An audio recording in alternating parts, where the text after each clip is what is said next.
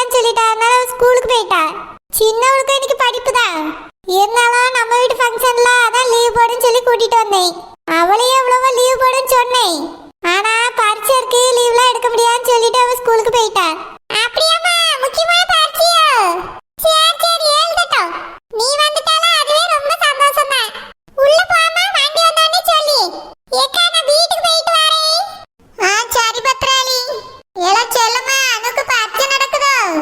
ஆமாம்மா, இது முக்கியமான எக்ஸாம். 12வது படிக்கல, அதனால இந்த பரீட்சைக்குலாம் லீவ் போட முடியாதுன்னு சொல்லிட்டா. லீவ் போட்டா ஏதோ சத்தம் போடுவா போல, அதான் பயந்துட்டு ஓடியா. சரிலாம், முக்கியமான பரீட்சைனா எழுதிட்டு வரட்டும். நீ உள்ள வா மர்மோனே, உள்ள வாங்க மர்மோனே. சரிங்க தே. எம்மா, சித்தி என்னம்மா சொல்லிட்டு போனாவ? வண்டி வந்துட்டாம்மா? இல்லையா லட்சுமணா, என்ன வண்டி வரலன்னு தான் சொல்லிட்டு போனா. அப்படியா? நானே வண்டியை வர சொல்லியிருப்பேன். அவியதான் அவசரப்பட்டு நாங்களே ஏற்பாடு பண்ணிடுறியோன்னாவ. என்ன வண்டிக்காரன் வரல. நான் ஏற்பாடு பண்ணியிருந்தா என்னமே ஒரு 4000 5000 குறைச்சி வாங்கியிருப்பான். இவன் ஏகப்பட்ட அமௌண்ட் கேட்கறான்னு வேற சொல்லிக்கிட்டு இருக்காவ. ஏய்யா லட்சுமணா, நீ இத பத்தி எல்லாம் அவட்ட பேசண்டையா. நம்ம சொன்னோம்னா இவ ரூபா தரதுனால இந்த மாதிரி பேசியாவன்னு நினைப்பா. அதனால நீ எதுவும் சொல்லண்டையா. அவ இஷ்டத்துக்கு என்ன பண்ணி அவளை பண்ணிட்டு போட்டோம். பணம் கேட்டா மட்டும் இல்லைன்னு சொல்லாம கொடு. எம்மா, அதான் இந்த நிச்சயத்து செலவுக்கு வச்சுக்கிடுங்கன்னு 2 லட்சம் ரூபாய் நேரத்தை கொடுத்துட்டீல்ல, பெறவென்ன? இல்லப்பா, கூடுதலா ரூபா தேவைப்பட்ட கொடுன்னு சொன்னேன். வேற என்ன கூடுதலா தேவைப்படுது? மண்டபத்துக்கு நம்ம தான் ரூபா கொடுக்க போறோம், சாப்பாட்டுக்கும் நம்ம தான் ரூபாயை கொடுக்க போறோம். எனக்கு தெரிஞ்ச இந்த 2 லட்சம் ரூபாய்க்கு வேனு பிடிக்கிறதுக்கு மற்றபடி வேற ஏதாவது சில்லறை செலவு இருந்தா மட்டும்தான் வேலுக்கு தேவைப்படும். அதான் கூட இருந்து எல்லாத்தையும் நான் பார்த்துக்கிட்டு தானே இருக்கேன். சரிப்பா, பாத்துக்க, எதுவும் குறைகளே இருக்கக்கூடாது, அதுக்கு தான் சொல்லி. எம்மா, குறை வரக்கூடாதுன்னு தான் நானும் நினைக்கேன். அதுக்கு தான் நான் சொன்ன இடத்துல அட்வான்ஸ் கொடுக்கலாம் சொன்னா சித்தி கேட்க மாட்டேங்க. அவிய இஷ்டத்துக்கு பெரிய மண்டபங்காவ, பெரிய கேட்டரிங்காவ. இந்த நான் சொன்ன இடத்துல வேணும் கொடுத்துருந்தா அப்பயே வந்திருப்பான், காசும் குறைச்செல்லாம் வாங்கியிருப்பான். இந்த ஆளை பாருங்க, இன்னும் வரையில. நம்மளால ஒரு சத்தமும் போடவும் முடியாது. அங்க சித்தி தான் எல்லா முடிவும் எடுத்துட்டு இருக்காவ, நானும் அப்படியே விட்டுட்டேன்.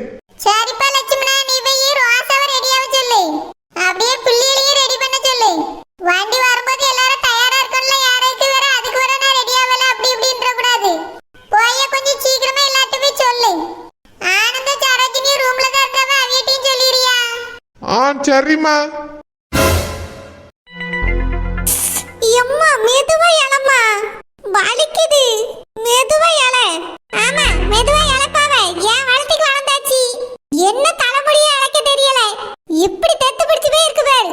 இதுக்காக தான் நானும் வெட்டி வெட்டி உடியேன். இந்த மண்டையும் வார தெரியல. எப்ப பாரு சீப் எடுத்துட்டு வந்து என் கையில தந்துட்டு வாரேங்க வேண்டியது. ஒரு வேலைக்கு தான் பிரோஜனம் இல்லைன்னு பார்த்தா தலைமுடி அழைக்க கூட பிரோஜனம் இல்லை. இவ்வளவு வளர்த்து பிள்ளைக்கு நான் வந்து நிக்க வேண்டி இருக்கு. எம்மா, மெதுவா எழம்மா, வலிக்குது. மெதுவா தாண்டி இழைக்கேன். இந்த நீட்டு முடியல எதுக்கு இவ்வளவு தெத்து வருது? முடி அப்படி போட்டு உருள வேண்டியது. ஒரு நேரமும் தலைக்கு எண்ணெய் தேய்ப்பு கிடையாது. அதையும் நான் தேய்ச்சா மட்டும் தான் உண்டு. எம்மா, இப்ப நம்ம தலை குளிச்சுட்டு வந்து எப்படி எண்ணெய் தேய்க்க முடியும்? நீ மெதுவா இழையா. இழைச்சாச்சி. போ, இனி உன் தங்கச்சிக்கு வெட்டுற மாதிரி தான் உனக்கு மண்டையை வெட்டி விடணும். சரி, அப்படியா? நல்லாவே இருக்காது. எனக்கு இதான் அழகா இருக்கு. நானே முடியணும் வளர்க்கணும்னு நினைச்சிட்டு இருக்கேன். நீ எதுக்கு வெட்டி வெட்டி விடியா? முடிய வளர்க்கணும்னு மட்டும் ஆசைப்படக்கூடாது, அதை பராமரிக்கையே தெரியணும். பராமரிக்கிறதுல தான் ஒரு கூறு இல்லையே. பேரவ எதுக்கு உங்களுக்கு முடி? உன் தங்கச்சியாளுக்கு தலைமுடி முழுக்க பேனு. எப்ப பார்த்தாலும் பேன் சொரிஞ்சுக்கிட்டே தெரியா. அதனாலதான் அவளுக்கு முடிய வெட்டி விட்டு வச்சிருக்கேன். உனக்கு முடிய வாரையும் தெரியாது, தலைக்கு எண்ணெய் தேய்க்கையும் தெரியாது. ஆனா வளர்த்து வச்சுக்கிறேன்னு மட்டும் ஆசை. முதல்ல தலையை இழைச்சு பழகுங்க, அதுக்கு பிறகு வளர்த்திய முடிய வளர்க்கலாம். இந்த 4 முடி இருக்கும் போதே நான் இழைச்சு விட வேண்டி இருக்கு. என்ன முடிய வளர்த்து விட்டுட்டா நல்லா பராமரிப்பியே. போ, உன் தங்கச்சி கிளம்பிட்டாலும் போய் பாரு. வண்டி வரும்போது அங்கன நின்னு இங்கன நின்னு நின்னுட்டு கிடந்தியே, பிச்சு விடுவேன். அவெல்லாம் ரெடி ஆயிட்டா, நானும் ரெடி ஆயிட்டேன். மூஞ்சி லேசா கழுவி பவுடர் எடுத்து போடு. அம்மா, இப்பதான் குளிச்சுட்டு வந்தேன். குளிச்சுட்டு வந்த மூஞ்சி மாதிரியா இருக்கு. அப்படியே என்ன வடிஞ்சிட்டு இருக்கு. போ, மூஞ்சி கழுவிட்டு வந்து பவுடர் போடு. இப்படியே போடாத, நல்லா இல்ல. நிச்சயத்துல போட்டாலாம் எடுப்பாவே. சரி. அழகழகான கவுன்லாம் எடுத்து வச்சிருக்கு. எப்ப பாரு இந்த பாவடை சட்டையை தூக்கி மாட்டிக்க.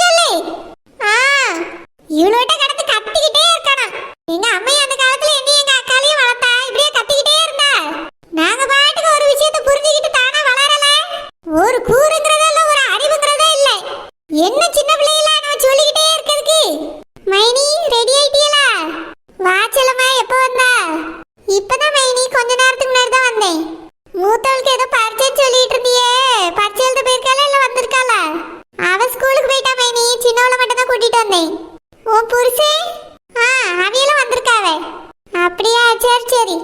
என்ன வண்டி வரல மைனி? ஆமா, அதான் வண்டி வரதுக்குள்ள சீக்கிரம் ரெடி ஆகுங்கன்னு அவ்வளோ சத்தம் போட்டுட்டு இருந்தேன். சொன்ன எங்க கேட்காளுவே. நாம தான் எல்லாத்துக்கும் கடந்து தொண்டு தண்ணி வத்த கத்த வேண்டி இருக்கு. ரெண்டு பேருக்கும் ஒரு பொறுப்புங்கிறதே இல்ல செல்லம்மா. சின்ன பிள்ளைகள் தானே மைனி, போக சரியாயிரும். என் பிள்ளைல இப்படிதான் நடந்துச்சு. இப்போ மூத்தவ கொஞ்சம் பொறுப்பா இருக்கா. அதனாலதான் வீட்டுல அவியல விட்டுட்டு நான் வட்டுக்கு இங்க வந்துடுறேன் அடிக்கடி. சரி செல்லம்மா, உட்காரு. மைனி, எவ்வளவு கொடுத்துருக்காவ இது வரைக்கும் நிச்சய செலவுக்குன்னு? நான் எதையுமே கேட்கறதே இல்ல செல்லம்மா. நம்மள தலையிடக்கூடாது, அதுல மூக்க நுழைக்க கூடாதுன்னுட்டாவல்ல. அதுக்கு பிறகு நான் எதையுமே கேட்கறதே இல்லை. அவிய இஷ்டத்துக்கு என்னமோ பண்ணிட்டு போட்டோன்னு விட்டுட்டேன். நாம தான் தேவையில்லாம கேட்டு பொல்லாதவன்னு பேர் வாங்கணும். எதுக்கு?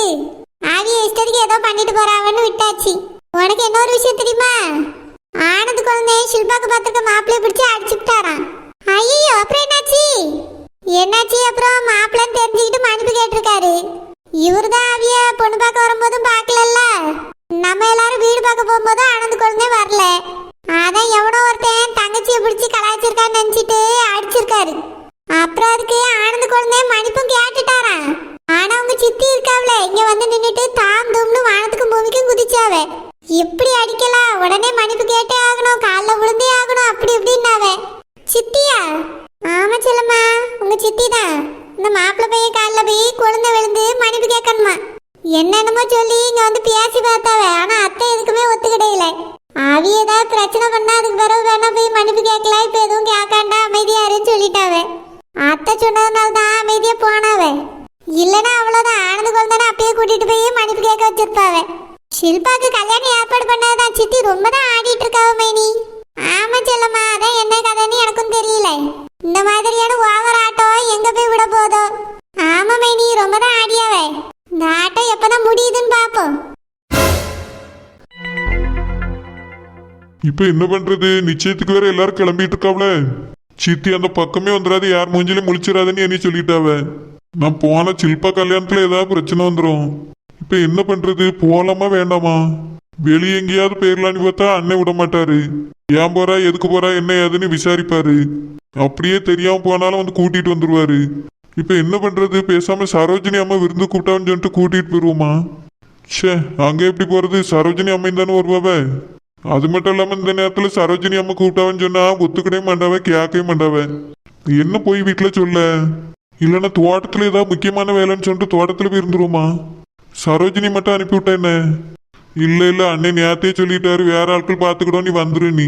அதனால தானே நானே வீட்டுல வந்து படுத்து கிடக்கேன். என்ன சொல்லி தப்பிக்க? அங்க போனா சித்தி கோவப்படுவாவல, மாப்பிள்ளை வீட்டு ஆட்களும் கோவப்படுவாவ. நிச்சயம் கூட நடக்காம பிறகு வாய்ப்பு இருக்கு. என்ன பண்ண? பேசாம உடம்பு சரியில்லைன்னு படுத்துக்கலாமா? ஆமா, இதுதான் சரியா இருக்கும். தலைவலிக்குன்னு சொல்லிட்டு படுத்துக்கிட்டா என்ன? இல்ல தலைவலின்னு சொன்னா தலைவலிக்கு ஒரு மாத்திரை வாங்கி தரேன், போட்டுட்டு வாம்பாவ. அது சொல்லக்கூடாது, வேற என்ன சொல்லலாம்? வயிறு சரியில்லை, எனக்கு வயிற்றால போகுதுன்னு சொல்லிட்டா என்ன? ஆமாமா, அதுதான் சரி. வயிற்றால போகுது, வயிறு வலியா இருக்குது, என்னால எழும்பி உட்கார முடியலன்னு சொல்லிடுவோம். அப்பதான் கண்டிப்பா யாரும் வாணி வற்புறுத்த மாட்டாவ. இதுதான் சரி. மாமா மாமா. ஆ, என்ன சரோஜினி? மாமா, நீங்க என்ன ரெடி ஆகலையா? எழுந்திருங்க மாமா, எழும்பி சட்டெல்லாம் போட்டு கிளம்புங்க. நேரம் ஆகுதுல்ல, நானும் ரெடி ஆகணும்.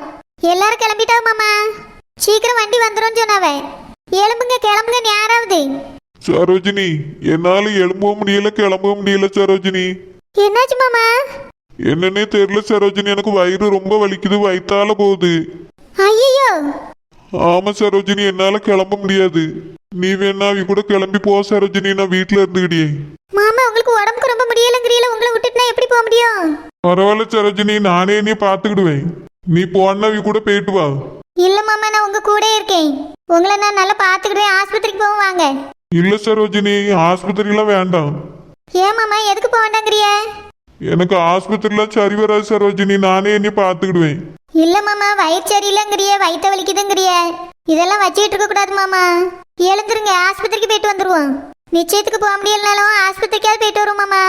இல்ல சரோஜினி, எனக்கு வயிற்று வலி தாங்க முடியல, கொஞ்ச நேரம் படுத்துக்கிட்டியானே. ரொம்ப முடியலன்னா வாரேன்.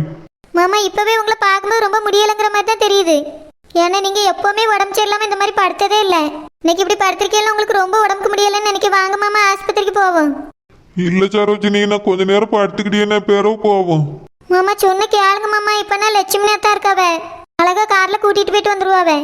இல்ல சரோஜினி, எனக்கு உடம்பு முடியலன்னு சொன்னா அண்ணன் போக மாட்டாரு. அதனால நான் என்னை பாத்துக்கிட்டேன்னு சொல்லியே நீனும் அதே மாதிரி சொல்லிடு. வேணா நீனும் அவங்க கூட கிளம்பி போ. இல்ல மாமா, அவிய வேணா போட்ட நான் போவேல. சரி சரோஜினி, அப்படின்னா எனக்கு உடம்பு சரியில்லைன்னு சொல்லிடு, நான் வரல. மாமா நீங்க அங்க போவிடலாம் பரவாயில்ல, ஆஸ்பத்திரிக்கு போலாம் வாங்க மாமா. சரோஜினி நான் வரல சரோஜினி. பிறகு வேணா பாப்பா ரொம்ப முடியலன்னு சொல்லியே. ஆனந்தே, தம்பி ஆனந்தே, ஆனந்தே. மாமா உள்ள வாங்க மாமா. என்னம்மா குழந்தையாரு ரெடி ஆயாச்சா? ஆனந்தி, என்னப்பா இது படுத்து கிடக்கா, ரெடி ஆகலையா? அம்மா சத்தம் போட்டுட்டு கிடக்காவ, நேராவது சீக்கிரம் கிளம்ப சொன்னாவே. என்னாச்சுப்பா, எதுக்கு இப்படி படுத்திருக்கா? மாமா அவியலுக்கு உடம்பு சரியில்லையா. என்னது உடம்புக்கு சரியில்லையா? ஆனந்தி என்னாச்சுப்பா, உடம்புக்கு என்ன? அன்னிட்ட முதல்ல சொல்லக்கூடாது, ஆஸ்பத்திரி கூட்டிட்டு போயிருப்பில்ல. எழுந்துரு எழுந்துரு, முதல்ல ஆஸ்பத்திரிக்கு போவோம். என்னை எனக்கு கொஞ்சம் முடியல, நாங்க படுத்துக்கிட்டே நிச்சயத்தை வச்சுக்கிட்டு ஆஸ்பத்திரிக்கு அலைஞ்சிட்டு இருந்தா சரி வராது. சித்தி என்ன நினைப்பாவனே, நீங்க போயிட்டு வாங்க. என்னது, நான் மட்டும் போயிட்டு வர்றதா? ஆஹா, அதெல்லாம் சரி வராது, அம்மையும் சம்மதிக்க மாட்டாவே. முதல்ல ஆஸ்பத்திரிக்கு போவோம், நீயும் நானும் சரோஜினியும் கார்ல போவோம். அபி எல்லாரும் வேன்ல கிளம்பி மண்டபத்துக்கு போட்டோம். அப்புறம் நம்ம ஆஸ்பத்திரிக்கு போயிட்டு அப்படியே அந்த பாதைக்கு நிச்சயத்துக்கு போயிடலாம். இல்லனே, நிச்சயத்துல என்னால நிக்க முடியாது. அதனால நான் கொஞ்ச நேரம் படுத்துக்கிட்டே, ரொம்ப முடியலன்னா நான் ஆஸ்பத்திரிக்கு போயிருக்கேன். நீங்க கிளம்புங்கண்ணே, ஒன்னும் இல்லை, எனக்கு வயித்தால போகுது, அவ்வளவுதான். பரவாயில்லப்பா, நான் வண்டியில கூட்டிட்டு போறேன் பா. ஆஸ்பத்திரிக்கு போய் ஒரு ஊசி போட்டா சரியாயிரும். அவிய வேணா வேன் வந்த உடனே கிளம்பட்டும், நான் உன்னைய கார்ல கூட்டிட்டு போறேன். இல்லனே, கார்ல வர முடியாது என்னால. சரிப்பாப்பா, அண்ணன் போய் டாக்டரை கூட்டிட்டு வரட்டுமா? வேண்டாண்ணே, நான் கொஞ்ச நேரம் படுத்துக்கிட்டே, எனக்கு எல்லாம் சரியாயிரும். நீங்க நிச்சயத்துக்கு போயிட்டு வாங்க, வந்த பிறகு எப்படி இருந்தா நான் ஆஸ்பத்திரிக்கு வரேன்னே. ஐயோ, என்னப்பா பேசுறா நீ? அதெல்லாம் சரிபட்டு வராது. எழுந்துரு எழுந்துரு, முதல்ல நம்ம ஆஸ்பத்திரிக்கு போவோம். அப்படிலாம் உன்னைய தனியா எங்க விட்டுட்டு போக முடியாது. அப்புறம் மண்டபத்துக்கு போயிட்டு எனக்கும் அம்மைக்கும் இங்கேயே தான் நினப்பு இருக்கும். பெரிய அண்ணனே இதுக்கு ஒரு காலமும் சம்மதிக்க மாட்டாவே. ஒரு நாள் காய்ச்சல் மண்டை குத்துன்னு இப்படி நீ படுத்ததே கிடையாது. இப்படி திடீர்னு வந்து படுத்திருந்த உடனே எனக்கு ஒரே பயமா இருக்கு. எழுந்துருப்பா எழுந்துரு. சரோஜினி, தம்பியை எடுத்து கூட்டிட்டு வாமா, நான் போய் வண்டியை ஸ்டார்ட் பண்ணியே. என்னை வேண்டான்னு சொல்லியெல்லாம் கொஞ்சம் புரிஞ்சுக்கிடுங்கண்ணே. நான் ஆஸ்பத்திரிக்கும் வரல, இப்ப நிச்சயத்துக்கும் வரலன்னு கொஞ்ச நேரம் படுத்துக்கிடியே. நீங்க போயிட்டு வாங்கண்ணே, எல்லாரும் கிளம்பிட்டீங்களா? இங்க பாருப்பா ஆனந்த், நீ பேசியதே சரியில்லை. இரு, நான் போய் அம்மையை கூட்டிட்டு வரேன். நீ அம்மா சொன்னாதான் கேப்பா, நான் சொன்னா நீ எதுவும் கேட்க மாட்ட. இரு, நான் அம்மையும் அண்ணனையும் கூட்டிட்டு வரேன். என்னை மாமா அவியதான் அவ்வளவு சொல்லியாவில்ல, எழும்புங்க, ஆஸ்பத்திரிக்கு போயிட்டு வந்து நிச்சயத்துக்கு போவோம். சரோஜினி, என்னால நிச்சயத்துக்கும் வர முடியாது, இப்போ ஆஸ்பத்திரிக்கும் வர முடியாது. எங்கேயும் நான் வரல, நீ வேணா போயிட்டு வா. இல்ல மாமா, நீங்க வரலன்னா நானே எங்கேயும் போக மாட்டேன். ஷோ, யாருமே நீ புரிஞ்சுக்கிடாதுங்க.